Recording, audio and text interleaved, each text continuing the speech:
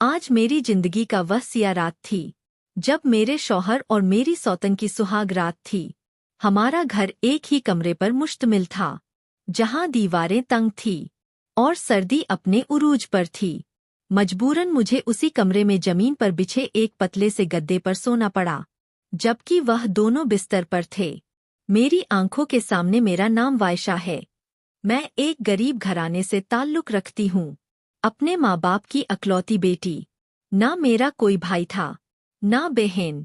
जैसे ही मैं जवानी की दहलीज पर कदम रखा, मेरे वालिद को मेरी शादी की फिक्र लाहिक हुई। कुछ दिनों बाद मोहल्ले की एक खाला ने रिश्ता लाया। लड़के का नाम आमिर था, जो देखने में खूबसूरत था। उसका कारोबार भी अच्छा चल रहा था। मेरे अब्बा को यह रिश्ता पसंद आया, सो उन्होंने हामी भर ली और यूं मैं आमिर की दुल्हन बनकर उसके घर चली गई। लेकिन शादी के 10 साल तक जो कुछ मेरे साथ हुआ, अल्लाह किसी दुश्मन के साथ भी ना करे। 10 साल बाद जब मेरी सौतन जैनब मेरे सर पर सवार हुई। हमारे मुआशरे में दरमियाने तबके के लोग पहली बीवी के होते हुए दूसरी शादी क्यों करते हैं? सबसे बड़ी वजह यह समझी जाती है कि शादी औलाद के लिए की जाती है। लेकिन मेरे शौहर ने यह शादी औलाद के लिए नहीं की थी। रात हुई तो आमिर ने मुझसे कहा, वेशा तुम बाहर चली जाओ। मैंने हैरत से पूछा, क्या हुआ? बाहर तो सर्दी बहुत है, मैं कहाँ सोऊंगी? उसने सख्त लहजे में कहा, तो फिर अंदर भी नहीं सो सकती। उसका यह कहना मेरे लिए बड़ा सदमा था, क्योंकि अंदर सोना वाकई मेरे बस की बात ना थी। मैंने कहा, ठीक है। अपना तकिया उठाया और बाहर सहन में पड़ी एक खटिया पर लेट गई, जहां सर्दी से मेरी हड्डियों तक कांप रही थी। उसने कहा, फिक्र ना करो, 3 घंटे बाद तुम्हें अंदर बुला लूंगा। जब उसने 3 घंटे का लफ्ज कहा, मुझे लगा कि मेरा दिल टूट गया। एक लम्हे को ख्याल आया कि यहाँ से भाग जाऊं और अपनी जान ले लूं, लेकिन मैंने खामोशी से सर हिला दिया। 3 घंटे बाद उसने दरवाजा खोला।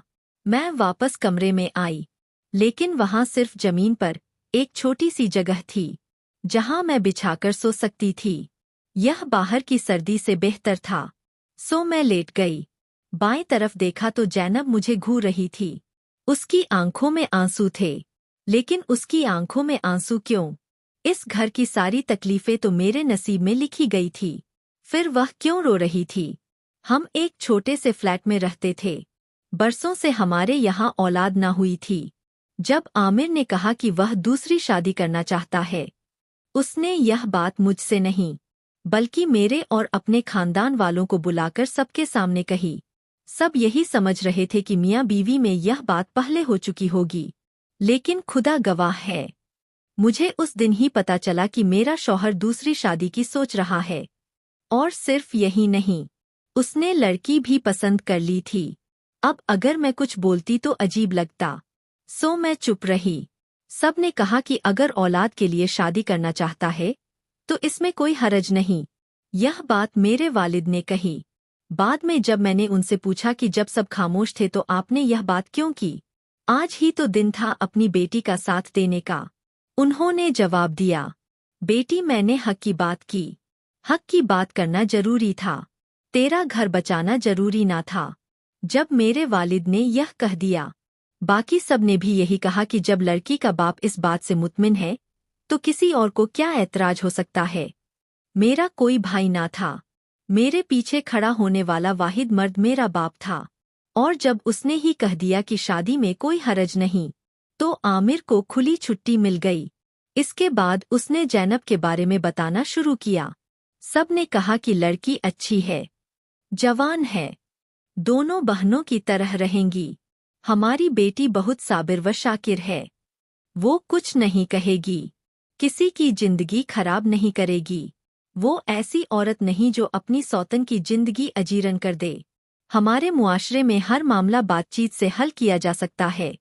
हमारे दामाद ने अच्छा किया जो सबके सामने यह बात कह दी। जब मैंने जैनब को देखा तो मैं खामोश रही।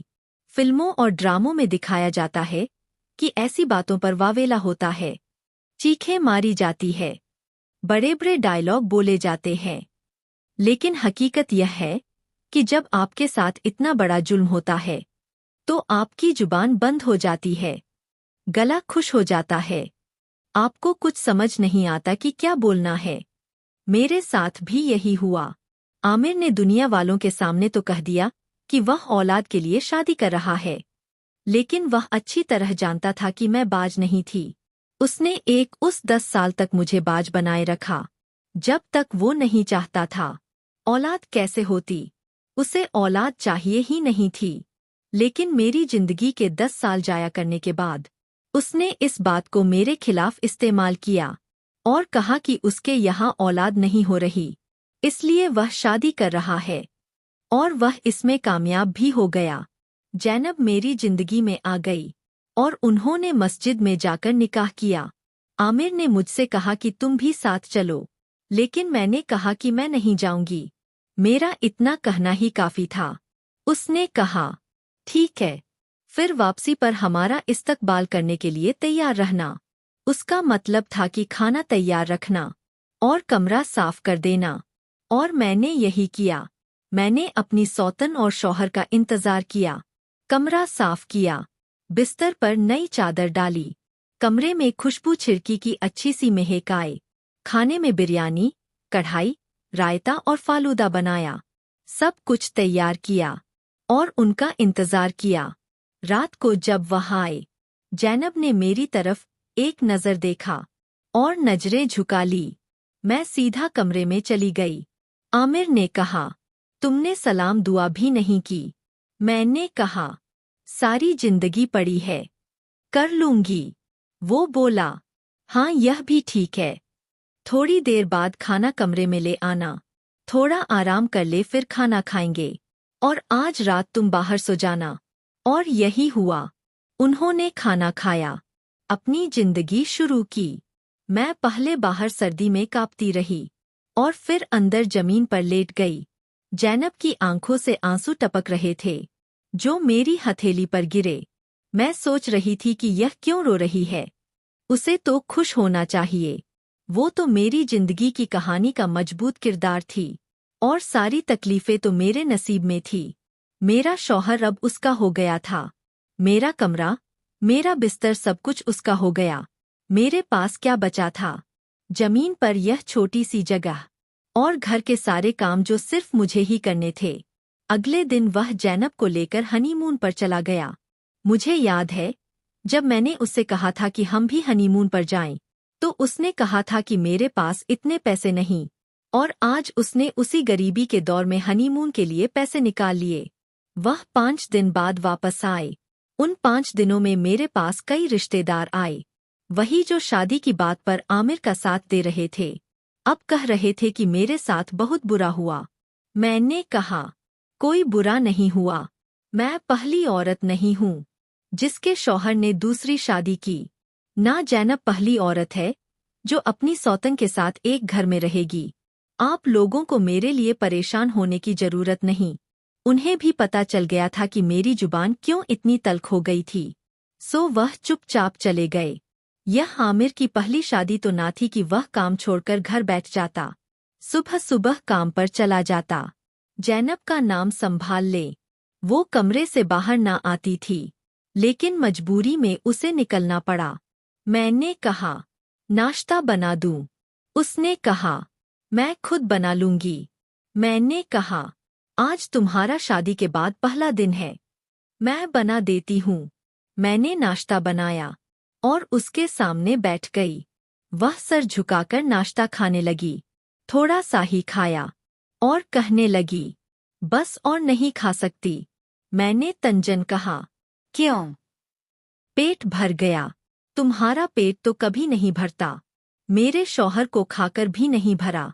लोगों को लगता होगा कि यह बात एक सौतन ने दूसरी से की, लेकिन बात ऐसी ना थी। यह बात एक दोस्त ने दूसरी दोस्त से कही, ऐसी दोस्त जो उसके लिए जान दे सकती थी, लेकिन उसने मेरा शौहर छीन लिया।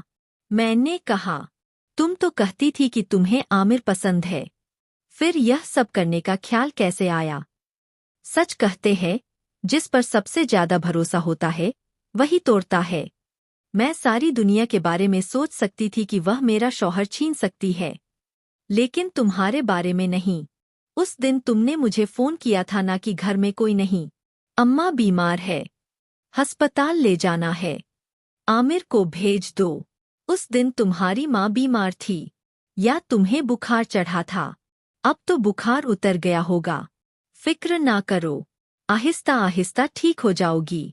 यह सुनकर वह रोती हुई वहां से चली गई। थोड़ी देर बाद उसकी उल्टियों की आवाज आई। शायद जज्बात की शिद्दत से वह इतना घबरा गई कि जो खाया वो बाहर आ गया। ऐसी बातें होती है, जब इंसान बहुत जज्बाती हो जाता है तो उल्टी आ जाती है। और मैं जैनब को जानती थी, वह बहुत जज्बाती थी। शाम को जब आमिर घर आया, जैनब ने उसे कुछ न बताया कि मैंने क्या कहा। वह खामोश थी और मैं भी। कुछ दिन यूं ही गुजर गए। वो मेरे सामने न आती। जब आमिर घर होता तब कमरे से निकलती, क्योंकि उसे डर था कि मैं कुछ ना कुछ कह दूंगी।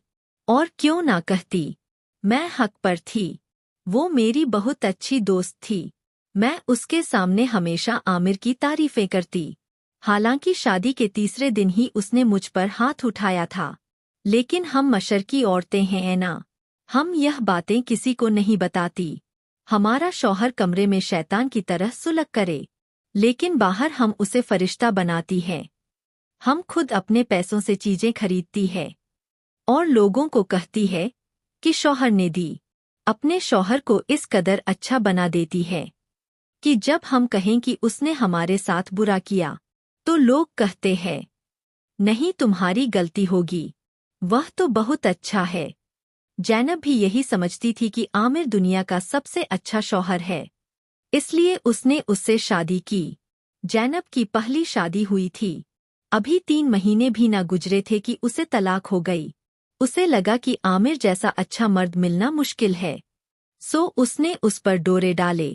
वो उसे आसान शिकार लगा होगा। एक दिन बातों बातों में जैनब से मेरी बहस हो गई।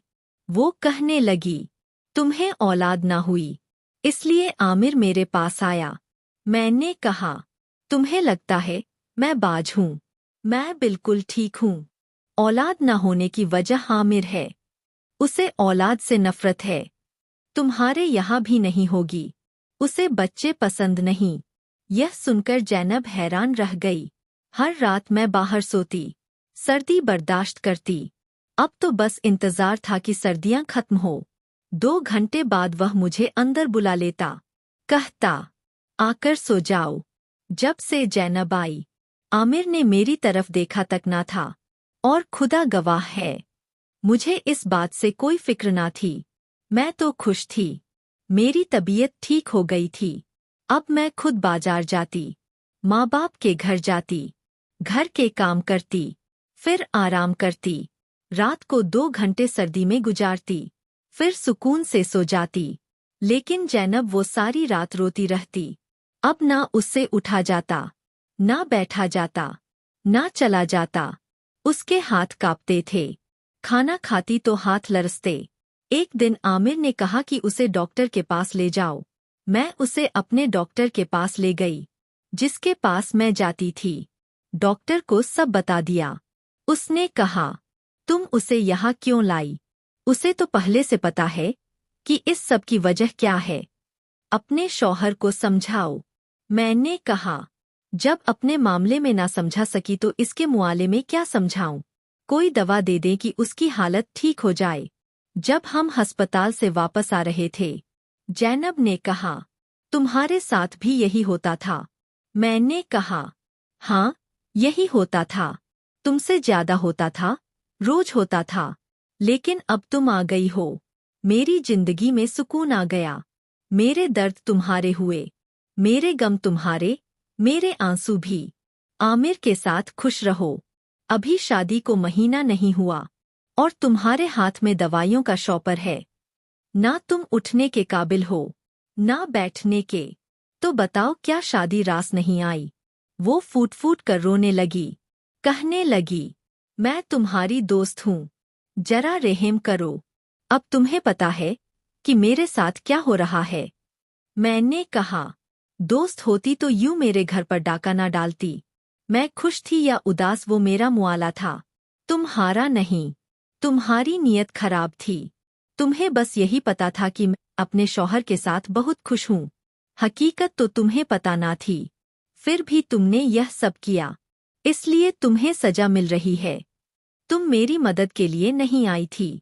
तुम यह सोचकर आई थी कि आमिर बहुत अच्छा इंसान है, अपनी बीवी को पलकों पर बिठा कर रखता है, तुम्हारे नाज नखरे भी उठाएगा। यही है मर्दों की खिदमत। अब करो दिन रात खिदमत। हम घर पहुंच गए। मैंने रिक्शा वाले को पैसे दिए और वापस आ गई। वो शायद थोड़ी देर बैठकर रोती रही, फिर मरे हुए कदमों से फ्लैट में आई। सीढ़ियां चढ़ना उसके लिए मुश्किल था। एक एक कदम जैसे टांगे टूट रही हो। लेकिन मैं क्या कर सकती थी? आमिर आजकल बहुत खुश था। उसकी जिंदगी अच्छी जा रही थी। मैंने उसके साथ 10 साल गुजारे और जैनब की तो 1 महीने में ही हालत खराब हो गई। वो कहती थी कि वह उसके साथ नहीं रह सकती। उसे पहले शौहर से भी औलाद ना हुई थी। लोग कहते थे कि वह शायद बाज है, इसलिए तलाक हो गई। उसे लगा था कि आमिर से शादी करके यह दाग मिट जाएगा, लेकिन अगर उसने औलाद ना दी तो लोग उसे भी बुरा कहेंगे।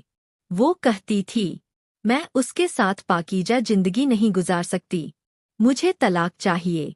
मैंने कहा, यह बात मुझसे क्यों कह रही हो? जाकर आमिर से कहो। वो बोली, तुम्हारी मदद चाहिए। मैंने कहा, मैं तुम्हारी मदद नहीं करूंगी। तुम यहाँ रहो या जाओ, मुझे कोई परवाह नहीं। शादी के बाद मैं सिर्फ जैनब के घर जाती थी, क्योंकि वह मेरी माँ के घर के सामने रहती थी। मैं आमिर की तारीफें करती इतनी कि एक दिन उसने मजाक में कहा, तुम्हारे शौहर का कोई भाई नहीं। मैंने कहा, होता तो तुम्हें जरूर बताती, लेकिन यह सब झूठ था। मेरा शौहर दुनिया का सबसे बुरा आदमी था। उसका दिमाग सिर्फ एक तरफ चलता था। वह इसलिए बच्चे नहीं चाहता था, क्योंकि उसकी घटिया सोच थी कि अगर औरत का बच्चा हो जाए तो वह मर्द के किसी काम की नहीं रहती। इसी सोच की वजह से उसने मुझसे 10 साल तक बच्चा न होने दिया, और जब उसका दिल मुझसे भर गया तो वह जैनब को ले आया। अब वही सब कुछ जैनब के साथ कर रहा था, जो मेरे साथ किया था। मेरे अंदर अब कुछ ना बचा था। मेरे हाथ भी कांपते थे। डॉक्टर कहते थे कि औरत या मर्द के हाथ कब कांपते हैं, वह खुद ही बेहतर जानते हैं कि किस चीज की वजह से यह होता है। लेकिन मेरी जिंदगी आधी गुजर चुकी थी। जैनब यहाँ 10 साल नहीं गुजारना चाहती थी। वो अभी से भागना चाहती थी। तलाक की बातें कर रही थी। अब उसकी आमिर से लड़ाई शुरू हो गई। एक दिन जब लड़ाई हुई, आमिर ने उसे कमरे से निकाल दिया। अब जैनब के पास 2 रास्ते थे, या तो वह वापस अपने घर चली जाए, या फिर यहाँ रहे और यह सब बर्दाश्त करे। मेरी तबीयत फिर खराब होने लगी, जो बड़ी मुश्किल से ठीक हुई थी।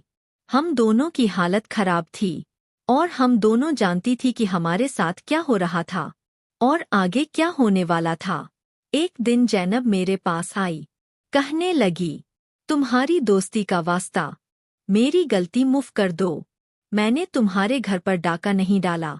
तुम्हारा घर तो पहले ही बसा हुआ ना था। क्या तुम इसे घर कहती हो? मेरी मदद करो। उसने मेरा हाथ पकड़ा।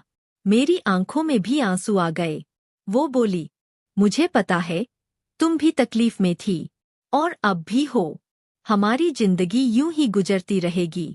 खुदा के लिए अगर तुम मेरा साथ दोगी तो सब ठीक हो जाएगा। मैंने कहा, मैं तुम्हारा साथ नहीं दूंगी। 3 हफ्ते यूं ही गुजर गए। एक दिन आमिर ने कहा, चलो आज इमारत की छत पर जाकर बैठते हैं। हमारे फ्लैट सिस्टम में छत सबकी मुश्तरक थी। लोग वहां जाकर बैठते थे। हमारा फ्लैट करीब था, सो हमारे लिए आना जाना आसान था। मैंने चाय बनाई। हम तीनों छत पर गए। थोड़ी देर बाद इधर-उधर घूमने लगे, चक्कर लगाने लगे, और 2 घंटे बाद हम एम्बुलेंस में बैठे थे। आमिर का पाँव फिसला और वह छत से नीचे गिर गया। वह इस दुनिया में ना रहा, मौके पर ही चला गया। लोग हमारे साथ खड़े तसल्लियां दे रहे थे, और हम रो रहे थे। टीवी पर खबर चली कि एक शख्स छत से गिरकर मर गया, पीछे 2 बीवियां छोड़ गया। सबके लिए यह खबर अजीब थी कि एक शौहर की 2 बीवियां थी, और वह अब बेवा हो गई। यह फ्लैट आमिर ने खरीदा था।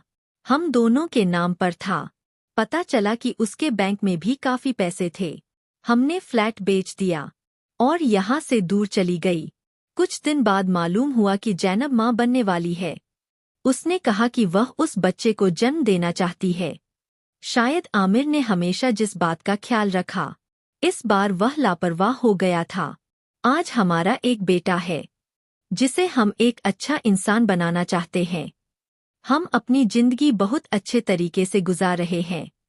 हमारी जिंदगी अब सुकून से भरी